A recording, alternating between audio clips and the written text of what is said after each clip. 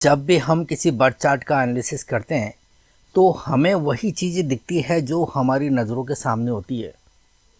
परंतु किसी भी बर्थ चार्ट के बैकग्राउंड में एक एनर्जी लगातार काम करती है।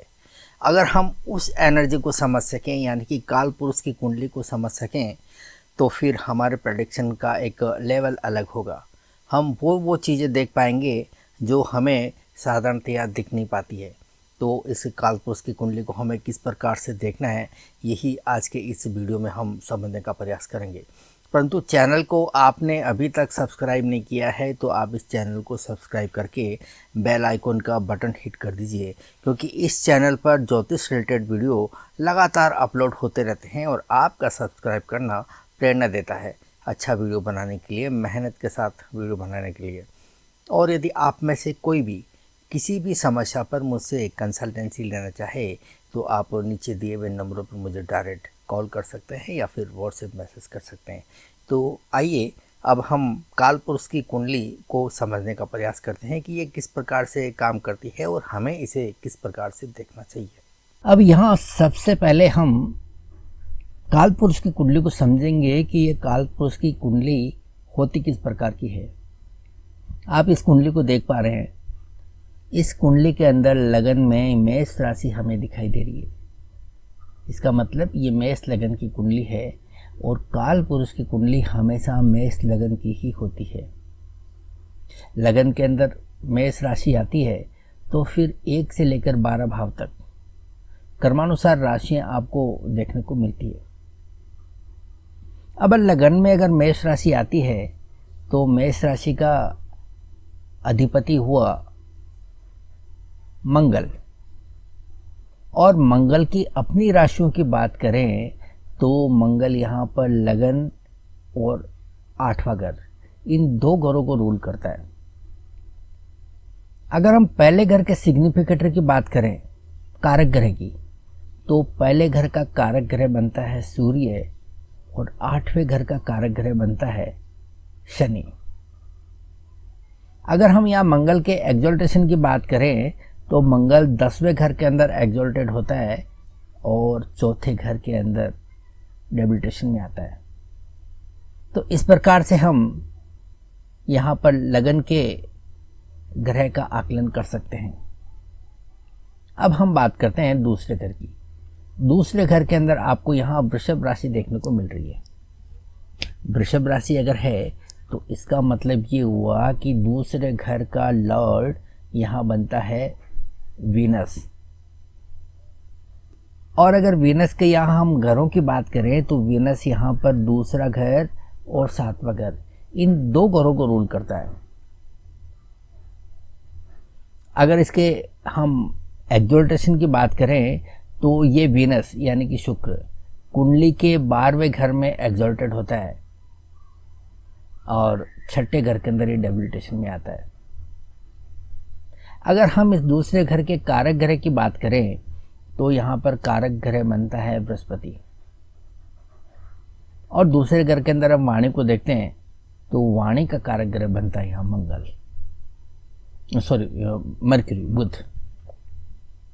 ठीक इसी प्रकार से हम तीसरे घर की बात करेंगे तो तीसरे घर के अंदर यहाँ आपको मिथुन राशि देखने को मिल रही है और मिथुन राशि का लॉर्ड बनता है यहाँ मरकरी, बुध। और यहाँ बुध की अगर स्थिति को देखें हम तो बुध यहाँ पर तीसरे घर को रूल करता है और 6ठे घर को रूल करता है। अगर हम इसके एक्सॉल्टेशन की बात करें तो यहाँ पर 6ठे घर के अंदर ये एक्सॉल्टेशन में आता है और 12वें घर के अंदर ये डेबिलिटेशन में आता है। अगर हम यहाँ कारक ग्रहों की बात करें तो तीसरे घर का कारक ग्रह बनता है मंगल और 6ठे घर का कारक ग्रह बनता है शनि और मंगल।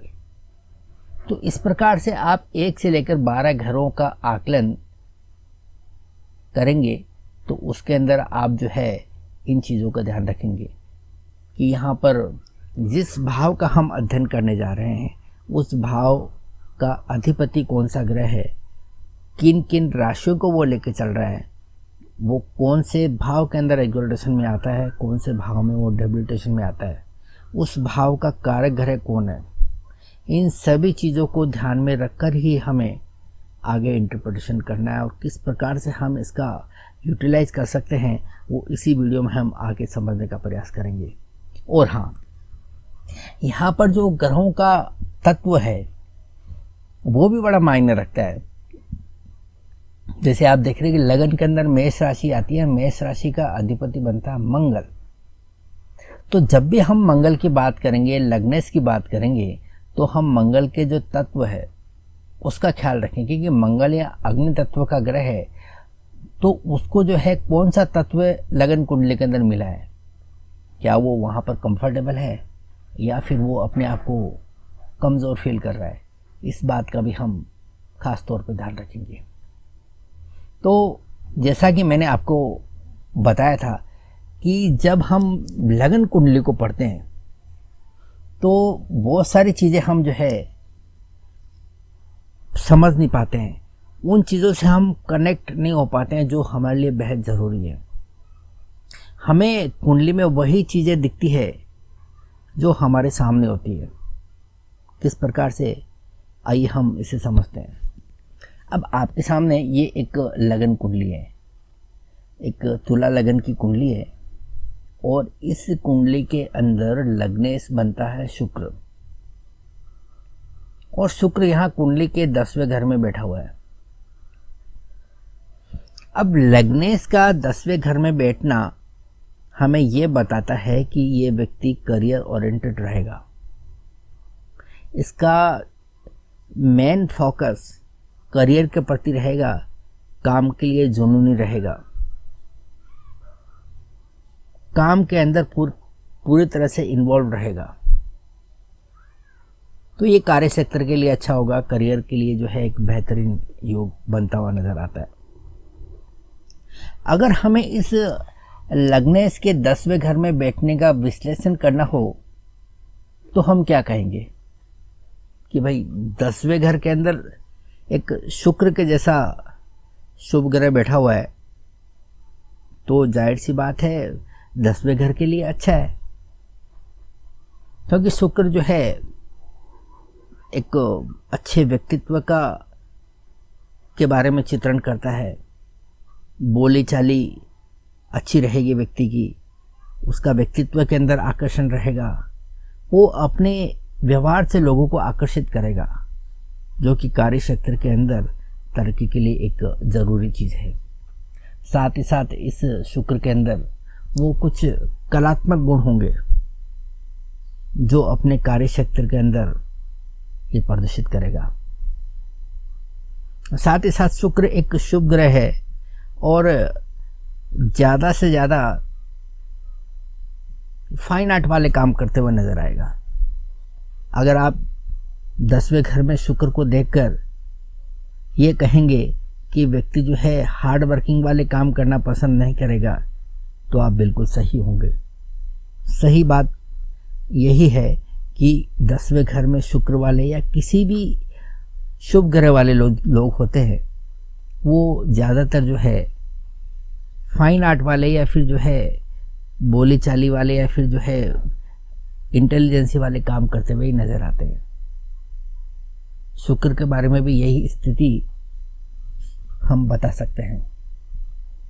अब यहाँ पर शुक्र देखिए लगन के साथ साथ जो है 8वें घर का भी अधिपति है, तो आप इसमें 8वें घर को भी आप जोड़ के देख सकते हैं कि भाई करियर के अंदर उतार चढ़ाव बहुत देखने को मिलेंगे।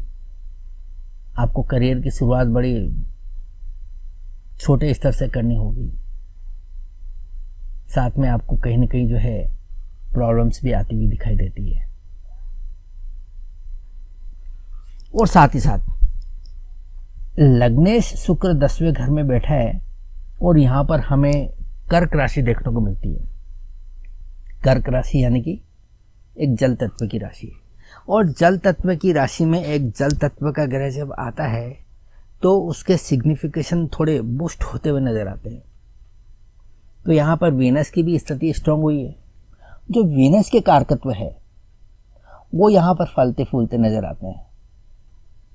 तो अब अगर ये व्यक्ति किसी वीनस के कारकत्व से जुड़ा हुआ काम करता है तो व्यक्ति को जीवन में ज़्यादा बेहतर सफलताएं मिलेंगी, ऐसा हम कह सकते हैं। ये तो हुआ वीनस के बारे में विश्लेषण। अगर हम इसको और ज़्यादा इसमें देखना चाहे तो हम देख सकते हैं कि कौन से ग्रह की दृष्टि इस शुक्र के ऊपर आ रही है। मान लीजिए कि यहाँ पर छठे घर के अंदर बृहस्पति बैठा हुआ है, तो बृहस्पति की यहाँ पर 5वीं दृष्टि इस वीनस के ऊपर पड़ेगी, तो हम कहेंगे कि इस व्यक्ति को अपने करियर के अंदर कहीं न कहीं सपोर्ट मिलने वाला है। कहीं न कहीं व्यक्ति को जो है एक्सटेंशन मिलेगा अपने कार्य क्षेत्र के अंदर, क्योंकि बृहस्पति की दृष्टि जा रही है। अब ठीक इसी तरह से मान लीजिए कि 10वें घर के अंदर, चौथे घर के अंदर चंद्रमा बैठा हुआ है और चंद्रमा की दृष्टि जा रही है, तो हम कहते हैं कि एक शुभ ग्रह की दृष्टि 10वें घर पर आ रही है, जो कि अच्छी बात है। इसी तरह से हम युति को समझ सकते हैं। अगर यहाँ पर शुक्र किसी ग्रह से युति किए हुए है तो इसी प्रकार से हम युति का भी आकलन कर सकते हैं। ये वो चीज़ें हो गई जो हम प्रत्यक्ष रूप से कुंडली के अंदर देख रहे हैं और उसका जो है विश्लेषण कर रहे हैं। परंतु हम बहुत सारी ऐसी चीज़ें हैं जिनसे कनेक्ट हो सकते हैं, जो इस बर्थ चार्ट के बैकग्राउंड के अंदर काम कर रही है और वो इस बर्थ चार्ट से कनेक्टेड है, परंतु आप उसको जो है समझ नहीं पा रहे हैं, उस कनेक्टिविटी को जो है पढ़ नहीं पा रहे हैं। वो आपके अप्रोच से दूर है। क्यों? क्योंकि आप जो है काल पुरुष की कुंडली का इस्तेमाल यहाँ नहीं कर पा रहे हैं। अगर आप काल पुरुष की कुंडली का इस्तेमाल करेंगे तो आप जो है और ज़्यादा बेहतर तरीके से ऐसी चीज़ें आप समझ जाएंगे और आपकी पकड़ जो है इस कुंडली के ऊपर बहुत मजबूत हो जाएंगी और आप ऐसे प्रेडिक्शन कर पाएंगे जो आपकी पहुंच से बहुत दूर थे। अब जैसे आपको अगर मैं कहूं कि ये व्यक्ति जो है अपने कार्य क्षेत्र के अंदर बहुत ऊर्जावान होगा,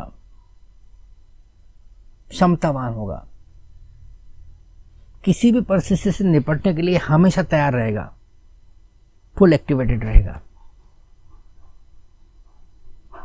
व्यक्ति निडर रहेगा, करेजस रहेगा, तो क्या आप मेरी बात मानेंगे? क्योंकि शुक्र में तो हमें ये गुण देखने को नहीं मिल रहे। शुक्र के कारकत्व में ये सब चीज़ नहीं आती, तो फिर आप बोलेंगे ये चीज़ें आप कहाँ से बोल रहे हैं।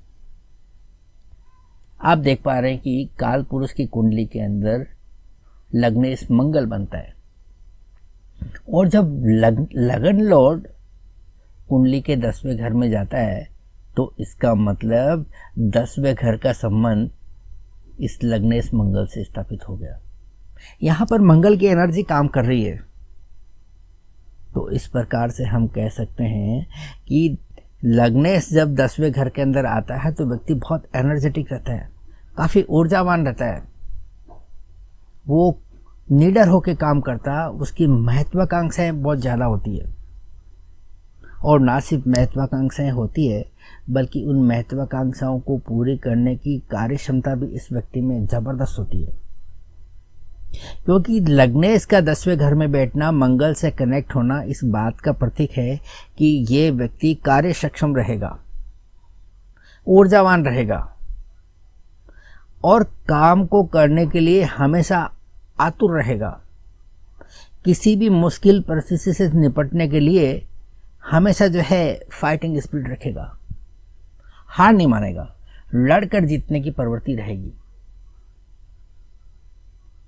अगर आपने इस मंगल को यहाँ पर नहीं समझा होता, 10वें घर के अंदर इस मंगल की कनेक्टिविटी को आप अगर इनकार करते या इसे समझ नहीं पाते, तो क्या आप इस 10वें घर का सही इंटरप्रिटेशन कर सकते थे? आप एक बहुत बड़े विषय को जो है आप कनेक्ट नहीं कर पाते। ये मंगल की एनर्जी को यहाँ पर आप इसीलिए समझ पा रहे हैं क्योंकि आप इस काल पुरुष की कुंडली को यहाँ पर कनेक्ट कर पा रहे हैं। अब यहाँ पर मंगल जो है लगन लॉर्ड हो गया। अब मंगल यहाँ पर 10वें घर के अंदर आकर एग्जॉल्टेशन में भी आता है, ये भी हमें पता होना चाहिए। और एग्जॉल्टेशन में आने का मतलब है अपनी हाईएस्ट पोजीशन पे आना। और जब हाईएस्ट पोजीशन में आता है, एग्जॉल्टेशन में आता है, तो इसका मतलब क्या होता है कि वो चीज़ों को बड़े बेहतर लेवल से जो है समझ पाता है, उसकी अप्रोच जो है बेहतर लेवल की होती है। और साथ ही साथ मंगल 10वें घर के अंदर दिग्बली भी होता है, इसको डायरेक्शनल स्टैंड मिलता है। जब ये मंगल यहाँ पर दिग्बली होगा तो यहाँ पर मंगल के जो कारकत्व हैं वो नैसर्गिक कारकत्व यहाँ पर एकदम फुल उफान के ऊपर होंगे, उन्हें ज़बरदस्त तरीके से काम करते हुए नजर आएंगे। अगर कोई व्यक्ति अपने किसी मजबूत जोन के अंदर रहता है तो फिर चाहे कोई भी आ जाए व्यक्ति उसे डरता नहीं है, बेखौफ होकर काम करता।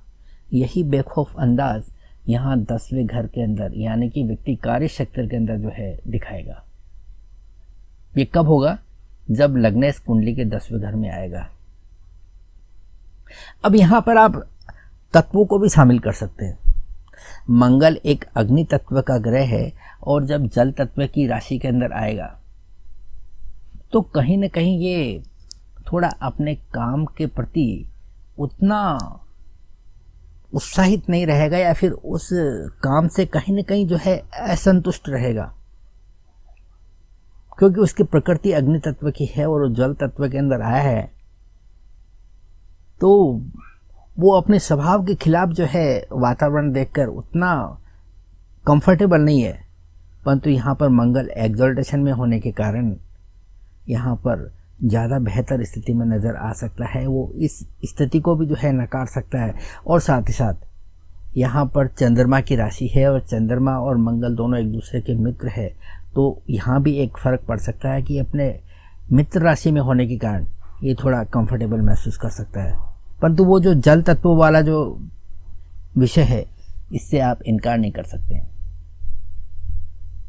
अब आप यहाँ देखेंगे कि मंगल की एनर्जी यहाँ पर मौजूद है और इसको देखकर आप मंगल से संबंधित जितनी भी चीज़ें हैं वो यहाँ आप 10वें घर से कनेक्ट करके इंटरप्रेट कर सकते हो। अगर अब मैं आपको कहूँ कि ये व्यक्ति जो है काफ़ी ऑथोरेटिव होगा और गवर्नमेंट से जुड़े हुए काम कर सकता है या गवर्नमेंट से जुड़ सकता है या ऐसे गवर्नमेंट के द्वारा अधिकारों की प्राप्ति हो सकती है। ये व्यक्ति बड़ा ही स्वाभिमानी और आत्मविश्वासी होगा और साथ ही साथ जो है नेम और फेम के लिए जो है भागने वाला इंसान रहेगा। इसको अपने नाम के साथ में जो है बट्टा लगता हुआ जो है कभी भी पसंद नहीं आएगा। अब आप कहेंगे कि ये गुण तो जो है मंगल में नहीं होते। मंगल तो अपने काम को करने के लिए किसी भी हद तक जाता है, उसको तो फिर जो है नाम और प्रतिष्ठा की जो है परवाह नहीं होती। वो तो अपने ताकत का इस्तेमाल करता है, वो किसी भी हद तक जाने को तैयार रहता है। और इसी वजह से जो है मंगल वाले लोगों में उतने लोकप्रिय भी नहीं होते। आप बात करते हैं प्रतिष्ठा की, मान सम्मान की, शोहरत की, ये सब तो गुण मंगल में नहीं देखे जाते। अब मैं ये बातें आपसे क्यों कर रहा हूँ? मैं यहाँ पर इस प्रकार के सिग्निफिकेशन को जो है क्यों कनेक्ट करके देख रहा हूँ 10 घर से? इसका सीधा सा मतलब है कि यहाँ पर आप काल पुरुष की कुंडली को इस लगन कुंडली से कनेक्ट करके देख रहे हैं और काल पुरुष की कुंडली में लगन के अंदर मेष राशि आती है और लगन का सिग्निफिकेटर यहाँ बनता है सूर्य, यानी कि लगन का कारक ग्रह। अब लगन का कारक ग्रह जब 10वें घर से कनेक्ट होता है तो वो सूर्य वाले जितने भी सिग्निफिकेशन है वो यहाँ पर आपको देखने को मिलेंगे। व्यक्ति बड़ा ही कार्य सक्षम होगा ऊर्जावान होगा। और इस व्यक्ति की सबसे बड़ी खासियत ये रहेगी कि जितनी अच्छी तरीके से काम कर सकता है उतनी ही अच्छी तरह से लोगों से काम करवा भी सकता है, क्योंकि जो सूर्य वाले लोग होते हैं उनमें मैनेजमेंट की क्षमता बहुत ज़बरदस्त होती है। तो यहाँ पर ये जो सूर्य है ये व्यक्ति को मैनेजमेंट की क्षमता देगा। आप देखेंगे कि 10वें घर में जिनका लग्नेश बैठा हुआ है वो लोगों से काम करवाना बखूबी जानते हैं।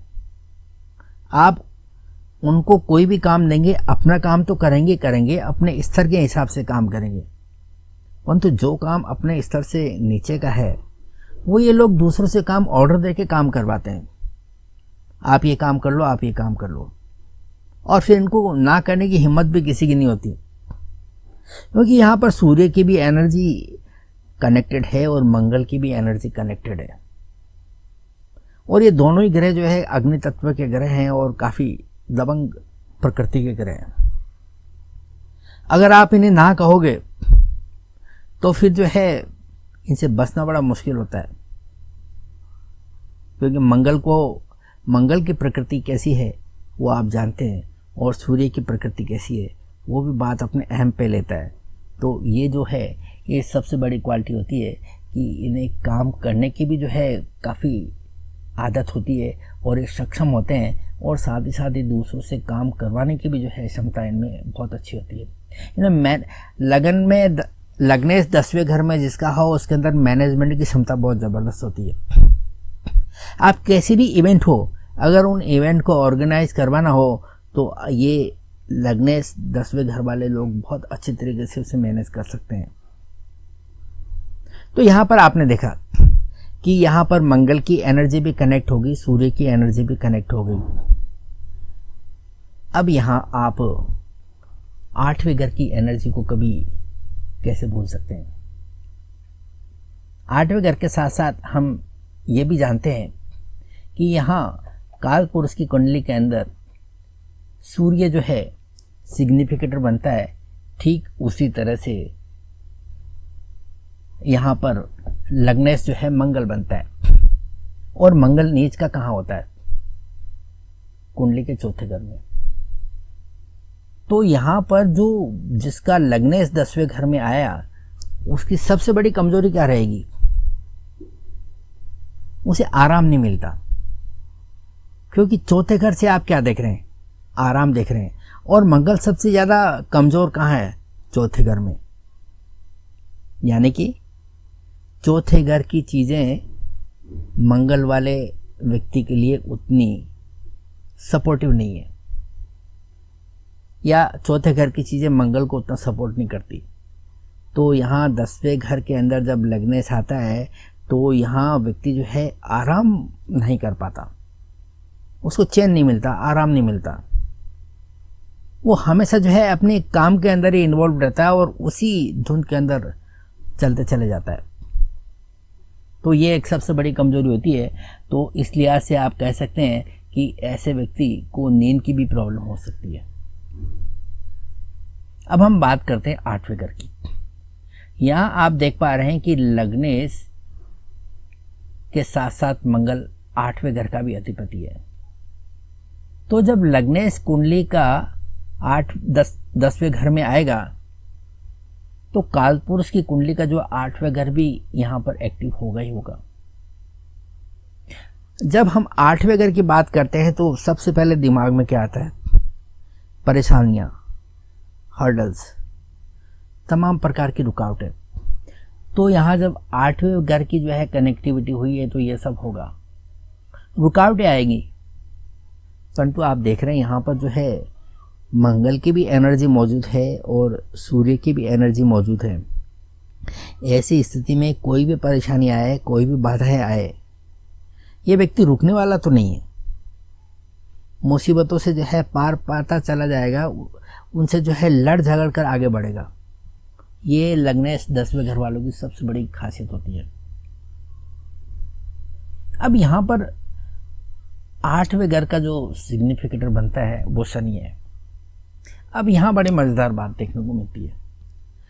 आप 10वें घर के अंदर 2 अग्नि तत्व के ग्रहों को देख रहे हैं, जो कि शनि के मित्र नहीं है। और इन दोनों की जो है कार्य पद्धति भी अलग है और शनि की कार्य पद्धति अलग है। अब यहाँ पर आपको बहुत सी स्थितियाँ ऐसे देखने को मिलेंगी जिसमें आप लोगों को ये कहते हुए सुन सकते हैं कि मेरे को अपने कार्य क्षेत्र के अंदर उतनी सफलताएं नहीं मिल रही है, मैं क्या करूं। तो यहाँ पर आप रेमेडी डिजाइन कर सकते हैं। आप लोगों को समझा सकते हैं कि आपको अपने जीवन में सफलताएं क्यों नहीं मिल पा रही है, आप सफलताओं से इतनी दूर क्यों हैं। क्योंकि यहाँ पर दो एनर्जी का टकराव होता हुआ नजर आता है। एक तरफ मंगल और सूर्य की एनर्जी है तो दूसरी तरफ यहाँ शनि की एनर्जी है। आप सलाह के रूप में उन्हें ये बोल सकते हैं कि आप जो है लॉन्ग टर्म पॉलिसीज पे काम कीजिए।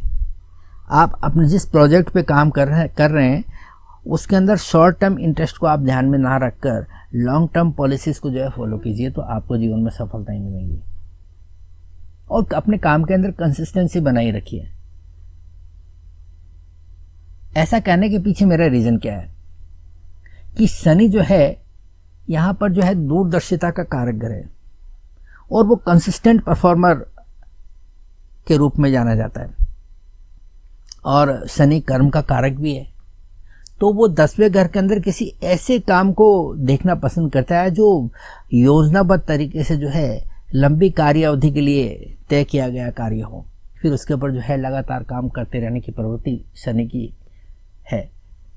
और इसी के रूप में हम शनि को जानते हैं। परंतु यहाँ मंगल का प्रकृति कैसी है? मंगल की प्रकृति यहाँ पर थोड़ी डिफरेंट टाइप की है। मंगल थोड़ा एरोगेंट है, ओवर कॉन्फिडेंस है और साथ ही साथ जो है उसकी अपनी ताकत के ऊपर भरोसा ज़्यादा है, उसकी अपनी कार्य क्षमता के ऊपर भरोसा ज़्यादा है। मसल्स पावर्स पे काम करने वाला ग्रह है। वो किसी को मानता नहीं, किसी को समझता नहीं, जो आएगा वो देख लेंगे और जो है तुरंत डिसीजन ले लिया और लग गए काम पे। अब जो है लंबे समय तक जो है टिक कर काम करना, ये फिर मंगल का स्वभाव में नहीं आता। अगर आप ऐसी गलती करते हैं तो फिर जो है यहाँ पर शनि का प्रभाव देखने को मिलेगा और उस काम के अंदर जो है कहीं ना कहीं परेशानी नज़र आएंगी। तो आप जो है शनि को जो है यहाँ पे फॉलो कीजिए और लॉन्ग टर्म पॉलिसीज़ पे काम कीजिए, तो आपको काफ़ी बदलाव देखने को मिलेगा। साथ ही साथ ये शनि जो है रिस्पॉन्सिबिलिटी जो है लाता है, तो 10वें घर पे शनि का प्रभाव है। इसका मतलब यहाँ पर शनि 10वें घर का कारक भी है, तो वो रिस्पॉन्सिबिलिटी जो है यहाँ पर ला देगा 10वें घर पे। तो व्यक्ति अगर रिस्पॉन्सिबिलिटी से दूर जाएगा या फिर डिसिप्लिन में नहीं रहेगा तो फिर ये परेशानी आ सकती है और वो अपने करियर के अंदर फेलियर भी देख सकता है। तो आप ऐसे लोगों को बोल सकते हैं कि पहली बात तो आपको जो है डिसिप्लिन में रहना होगा और साथ ही साथ जो है आपको अपने जो रिस्पॉन्सिबिलिटीज़ है उनको होल्ड करना पड़ेगा। अब यहाँ शनि की जो है बात आती है, तो शनि जो है यहाँ पर विलंब का कारक है, देरी का कारक है। और ये जो सूर्य है और ये मंगल है, ये एकदम तड़का फड़की डिसीजन लेने वाले ग्रह हैं। तो ऐसी स्थिति में क्या होगा कि आपको जो है जल्दबाजी में डिसीजन लेने के कारण बहुत बार तकलीफ आ सकती है, क्योंकि मंगल जो है ज़्यादा कॉन्फिडेंट रहता है, अपने आप के ऊपर जो है ज़रूरत से ज़्यादा भरोसा रहता है। तो और कॉन्फिडेंस के अंदर व्यक्ति जो है बिना सोचे समझे जो है निर्णय लेने लगता है और गलतियां होने की संभावना रहती है और फेलियर देखने को मिलता है। और यहाँ पर शनि जो है सोच समझ कर जो है कार्य करने वाला ग्रह है और जो है विचारपूर्वक, ध्यानपूर्वक, सोच समझ कर निर्णय लेने वाला ग्रह। तो ऐसी स्थिति में आप जो है थोड़ा ऐसे व्यक्ति को सलाह दे सकते हैं कि ज़रा चीज़ों को होल्ड करना का प्रैक्टिस कीजिए। तुरंत डिसीजन इतना जल्दबाजी के अंदर आपको नहीं लेना है कि जिससे आपको नुकसान उठाना पड़ जाए। तो इस प्रकार से आप यहाँ पर शनि की एनर्जी को भी कनेक्ट कर सकते हैं। तो देखा आपने किस प्रकार से आप जो है यहाँ पर शनि को आपने कनेक्ट करके देखा, किस प्रकार से आपने मंगल को यहाँ कनेक्ट करके देखा और किस तरह से आपने सूर्य को यहाँ कनेक्ट करके देखा। आप पहले जहाँ सिर्फ जो है शुक्र को देखकर प्रेडिक्शन कर रहे थे, वहीं आप अब 4-4 ग्रहों को लेकर उनका विश्लेषण कर पा रहे हैं। तो कितना बड़ा फर्क नज़र आता है आपको, किस किस तरह के जो है आप इंटरप्रिटेशन कर सकते हैं। ये तो मैंने आपको एक छोटा सा उदाहरण दिया है। आप लगने 10वें घर के ऊपर आप ऐसे सैकड़ों इंटरप्रिटेशन कर सकते हैं। तो देखा आपने किस प्रकार से काल पुरुष की कुंडली का इस्तेमाल करके हम कितने बेहतर ढंग से इंटरप्रिटेशन कर पाते हैं। जो चीज़ें हम सोच नहीं पाते, जिन चीज़ों के प्रति हमारी अप्रोच नहीं होती, वहाँ पे हम बड़ी आसानी के साथ में पहुँच जाते हैं। जब हम कुंडली का विश्लेषण करते हैं तो इस काल पुरुष की कुंडली के कारण हमारे विश्लेषण करने की क्षमता बढ़ जाती है, हमारा दायरा बढ़ जाता है और हम ऐसी ऐसी चीज़ों के बारे में कल्पना करने लगते हैं जो हमारे लिए बहुत ही महत्वपूर्ण होती है। इस काल पुरुष की कुंडली की सहायता से जब हम किसी भी घर की परीक्षण करना चाहते हैं, उसका निरीक्षण करना चाहते हैं, उसका विश्लेषण करना चाहते हैं, तो उस घर के अंदर एंट्री करने के लिए हमारे बहुत सारे गेट खुल जाते हैं। हम जिस गेट से चाहे हम उस घर के अंदर एंट्री कर सकते हैं। ये कितनी बड़ी बात होती है। हमारे प्रेडिक्शन के अंदर काफ़ी सुविधाजनक स्थिति हो जाती है। इससे प्रेडिक्शन में काफ़ी सूक्ष्मता तो आती है, साथ ही साथ जो है सटीकता भी आती है। आपने देखा होगा कि 10वें घर को पावर हाउस कहा जाता है। अब क्यों कहा जाता है, अगर हम काल पुरुष की सहायता से इसे समझें तो हमें बहुत आसानी से समझ में आ जाता है कि ऐसा क्यों कहा जाता है। 10वें घर को बहुत से राजयोगों में शामिल किया जाता है। बड़े बड़े राजयोग बनते हैं 10वें घर से। क्यों बनते हैं? काल पुरुष की कुंडली की सहायता से हम 10वें घर को समझें तो हमें आसानी से समझ में आ जाता है।